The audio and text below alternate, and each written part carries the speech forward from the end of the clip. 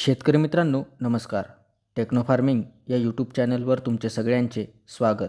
आजच्या व्हिडिओमध्ये आपण विलोवूड केमिकल या कंपनीच्या वेलेक्स्ट्रा या बुरशीनाशकाविषयी माहिती बघणार आहोत. माहिती घेत असताना त्यातील घटक असेल, त्याची मोड ऑफ ॲक्शन असेल, तसेच ते कोणकोणत्या बुरशीजन्य रोगांना नियंत्रित करते व त्याचे वापरण्याचे प्रमाण, अशा सर्व माहितीवरती आज आपण चर्चा करणार आहोत. शेतकरी मित्रांनो, माहिती घेण्याआधी अजून जर तुम्ही आपल्या चॅनलला सबस्क्राईब केले नसेल तर सबस्क्राईब करा. शेतकरी मित्रांनो, जर आपल्या विविध पिकामध्ये एकाच वेळी बुरशीजन्य व जीवाणूजन्य रोगांचा जर का प्रादुर्भाव आपल्याला दिसून येत असेल तर अशा वेळी आपण कुठले बुरशीनाशक वापरले तर आपल्याला जीवाणूजन्य व बुरशीजन्य रोगांवरती चांगल्या प्रकारे नियंत्रण मिळवता येऊ शकेल. तर आज आपण विलोवूड कंपनीच्या वेलेक्स्ट्रा या बुरशीनाशकाविषयी संपूर्ण माहिती बघणार आहोत. तर व्हिडिओ हा शेवटपर्यंत बघा, म्हणजे तुम्हाला वेलेक्स्ट्रा या बुरशीनाशकाविषयी संपूर्ण माहितीही मिळेल. तर शेतकरी मित्रांनो, वेलेक्स्ट्रा या बुरशीनाशकात आपल्याला 2 घटक हे पाहावयास मिळत असतात. तर याच्यामध्ये हेक्झाकोनाझोल हे 5% व व्हॅलिडामायसिन हे 2.5% आपल्याला SC म्हणजे सस्पेन्शन कॉन्सन्ट्रेट या फॉर्म्युलेशनमध्ये आपल्याला पाहावयास मिळत असतात.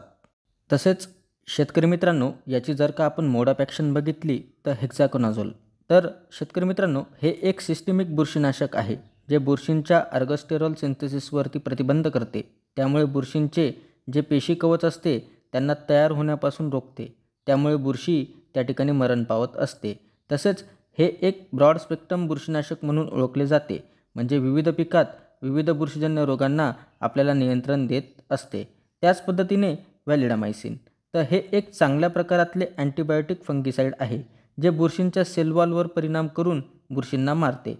तसेच शेतकरी मित्रांनो, याच्यामध्ये आपल्याला ड्युअल ॲक्शन ही पाहावयास मिळत असते, म्हणजे बुरशींची वाढ तर थांबवतच, तसेच रोगाला पुनरुत्पादन करू देत नाही. तसेच उत्तम बॅक्टेरिसाइड असल्यामुळे आपल्याला जीवाणूजन्य रोगांना देखील चांगल्या प्रकारे नियंत्रण त्या ठिकाणी वेलेक्स्ट्रा हे बुरशीनाशक देत असते.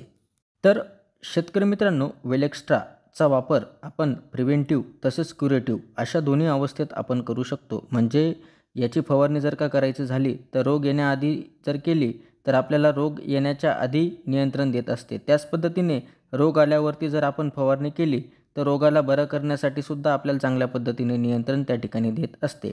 तसेच फवारणी केल्यावरती पिकात जलद शोषले जाते, त्यामुळे रिझल्ट आपल्याला जास्त काळ भेटत असतो. तसेच बुरशींचे जे काही पुनरुत्पादन आहे तर हे होऊ देत नाही, त्यामुळे आपल्याला लॉंग लास्टिंग रिझल्ट त्या ठिकाणी चांगल्या पद्धतीने मिळत असतो.